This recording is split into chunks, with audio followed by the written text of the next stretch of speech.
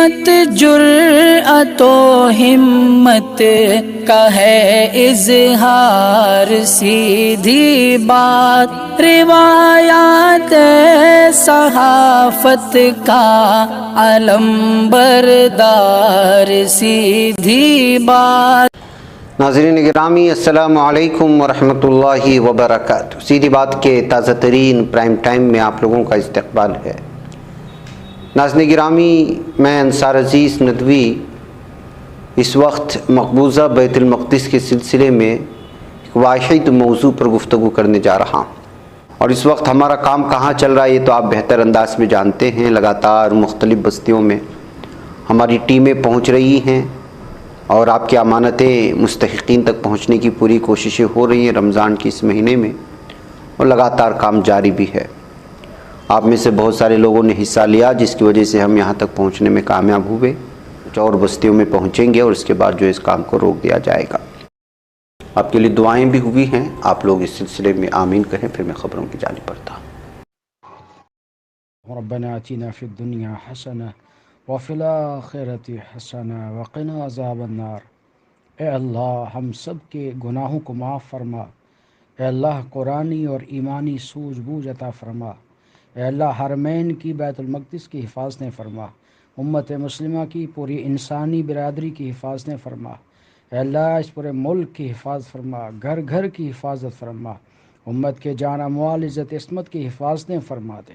اے اللہ، خصوصی طور سے سیدھی بات فاؤنڈیشن کے ذریعے سے ہمارے ان پہاڑوں میں، گاؤں دیہاتوں میں غریبوں کے لیے اے اللہ کئی سالوں سے مستقل رمضان کے موقع پر بھی، غیر رمضان میں بھی، قربانیاں بھی، ہر طرح کا تعاون سیدھی بات کے معاونین، سامعین، اے اللہ ناظرین، ان تمام کی طرف سے یہ تعاون آتا ہے۔ اے اللہ، جو تعاون پیش کیا گیا ہے ان تمام معاونین کی زندگیوں میں برکتیں نصیب فرما، ان کے گھر بار اور کاروبار میں برکتیں نصیب فرما، ان کی نسلوں میں دین کے شیدائی، محافظ اور ترجمان پیدا فرما دے۔ اے اللہ، ان کے تمام مرحومین اور مدفونین کی مغفرت فرما، کروٹ کروٹ انہیں جنت نصیب فرما۔ اے اللہ، دین و دنیا کی ترقیات انہیں نصیب فرما دے۔ اے اللہ، ان کی جائز تمنائیں پوری فرما، صحت و سلامتی، عافیت اور عزتیں عطا فرما، ان کے گھر بار اور روزگار اور کاروبار میں انہیں برکتیں نصیب فرما۔ وصلی اللہ تعالی علی خیر خلقہ محمد وعلی آلہ وصحبہ اجمعین۔ یوم القدس بنایا گیا ابھی 2 دن قبل، آپ نے جانتے ہیں کہ کس طرح سے فلسطینیوں کے ساتھ یکجہتی کا اظہار کے لیے رمضان کے آخری جمعے کو دنیا بھر میں یوم القدس منایا جاتا ہے۔ اسرائیل کی مبینہ جارحیت کے خلاف ہر برس رمضان کے آخری جمعے کو یہ منظر دیکھا جاتا ہے۔ اس کا آغاز سن 1979 یعنی کہ 1979 میں ایران کے اس وقت کے روحانی پیشوا آیت اللہ روح اللہ خمینی نے کیا تھا۔ بھارت میں بھی اس موقع پر دارالحکومت نئی دہلی کے علاوہ متعدد شہروں میں ریلیاں نکالی جاتی ہیں، اور اس سلسلے میں جو جارحیت ہے اسرائیلیوں کی اس کو دنیا کے سامنے لانے کی اور فلسطینیوں کے حقوق کی بات کی جاتی ہے۔ اس درمیان میں اگر یہ دیکھا جائے کہ غزہ پٹی پر جو حملے ہوئے اور جنگ چھڑتی ہے اس سے کیا نقصانات ہوئے ہیں، تاریخ پر اگر نظر کر لیتے ہیں ناظرین گرامی تو پتہ چلتا ہے کہ 13 برسوں میں غزہ کی 4 جنگیں ہوئی، آخر اس کے اثرات اور نقصانات کتنے ہیں۔ حماس اور اسرائیل کے مابین گزشتہ جنگ گرچہ بالکل اسی ڈھنگ سے ہوئی جو اطراف کے مابین عرصے سے رہ کر ہونے والے تصادم کا روایتی نمونہ ہے، تاہم اقوام متحدہ نے اب ان جنگوں سے ہونے والے ہوشربا مالی نقصانات کا تخمینہ لگایا ہے۔ حماس اور اسرائیل کے درمیان تازہ ترین جنگ کا انداز بھی بالکل وہی تھا جیسا گزشتہ 13 برسوں میں غزہ میں ہونے والی متعدد جنگوں میں دیکھا جاتا رہا۔ تاہم اب اقوام متحدہ نے ان جنگوں کے مالی نقصانات کا ایک جائزہ پیش کیا ہے۔ عالمی ادارے کے مطابق گزشتہ 1 دہائی سے زائد عرصے کے دوران ہونے والی 4 جنگوں میں صرف غزہ میں رہائش، زراعت، صنعت، بجلی اور پانی کی فراہمی کے بنیادی ڈھانچے کو $5 ارب سے زائد کا نقصان پہنچا۔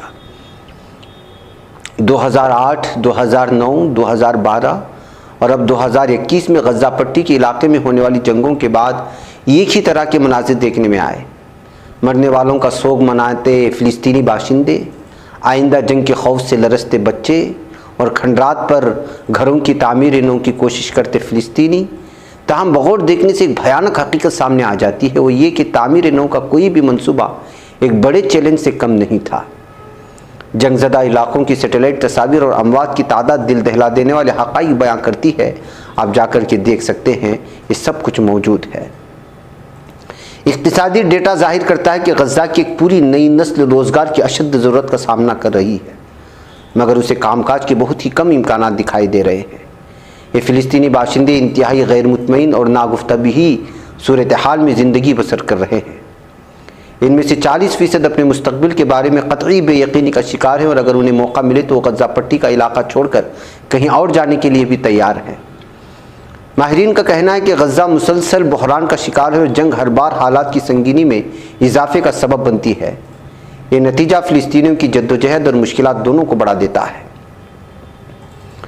ناظرین گرامی، غزہ ہمیشہ سے اسرائیل اور فلسطینیوں کے مابین مقام حرب بنا رہا۔ غزہ کی کل آبادی کا 1/3 ان خاندانوں پر مشتمل ہے جو 1948 کی جنگ کے دوران اسرائیل کی طرف سے جبری طور پر بے دخل کر دیے گئے تھے۔ 1980 کی دہائی کے آخر میں غزہ میں اسرائیل کے خلاف فلسطینیوں کی پہلی بغاوت کا آغاز ہوا تھا، اور اسلامی گروپ حماس نے اسرائیل کے وجود کے خلاف اپنی تحریک شروع کی۔ 2007 میں فلسطینی پارلیمانی انتخابات جیتنے کے 1 سال بعد حماس نے غزہ کا کنٹرول حاصل کر لیا، اور اسرائیل نے مصر کی مدد سے غزہ کی سرحدیں بند کر دی۔ نتیجہ یہ کہ آج بھی اسرائیل کی اجازت کے بغیر کوئی بھی اور کچھ بھی نہ تو اس جگہ داخل ہو سکتا ہے اور نہ ہی وہاں سے نکالا جا سکتا ہے۔ ہر بار کی جنگ میں حماس کی طرف سے اسرائیل پر ہزاروں راکٹ داغے گئے۔ گزشتہ دہائی کے دوران اسرائیل کے آئرن ڈوم نامی فضائی دفاعی نظام نے بہت سے راکٹوں کو نشانے پر لگنے سے روک دیا۔ اسرائیل کی طرف سے گزشتہ مئی میں میزائلوں اور فضائی حملوں میں 1,500 سے زائد اہداف کو نشانہ بنایا گیا۔ تل ابیب حکومت کا کہنا ہے کہ اس کا مقصد صرف فوجی اہداف کو نشانہ بنانا تھا، مگر ان حملوں میں بہت سے شہری ڈھانچے بھی تباہ ہوئے۔ اسرائیل کا کہنا ہے کہ حماس رہائشی علاقوں میں اپنی سرگرمیاں جاری رکھتی ہے، اس لیے چند شہری علاقوں کو بھی نشانہ بنایا گیا۔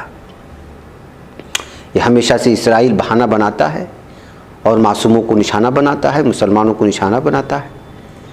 اقوام متحدہ نے سیٹلائٹ تصاویر کی مدد سے غزہ میں بنیادی ڈھانچے کو اب تک کی جنگوں اسرائیلی حملوں سے پہنچنے والے نقصانات کا پتہ چلا ہے۔ سیٹلائٹ تصاویر ایک جنگ کے بعد اگلی جنگ کی نقوش اور غزہ کی بار بار کی تباہی کی کہانی سناتی ہیں۔ متعدد بار تباہ ہونے والے علاقوں میں جنوبی غزہ کا علاقہ رفح، خزاعہ اور شمالی قصبہ بیت حنون وغیرہ شامل ہے۔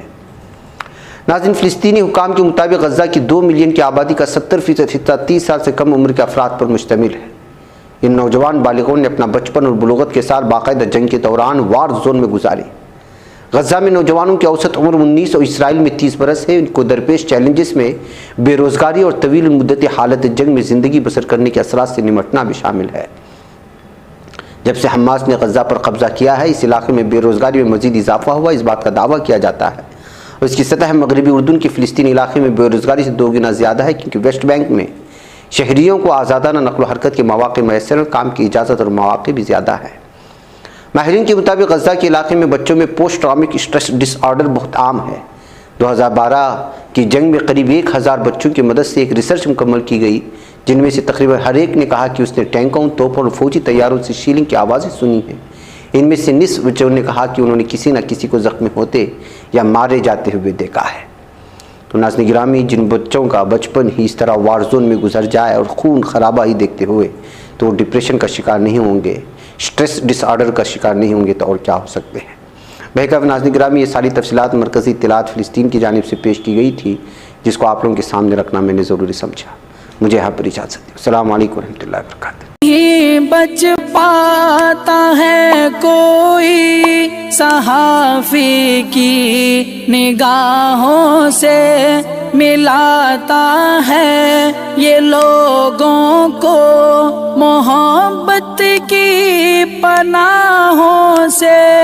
کرم اور درد مندی کا ہے ایک سنسار، سیدھی بات عظیمت جرأت و ہمت کا ہے اظہار، سیدھی بات عظیمت جرأت و ہمت کا ہے اظہار۔ سیدھی بات، یہ چینل حق نگر بن کر کچل دیتا ہے فتنوں کو۔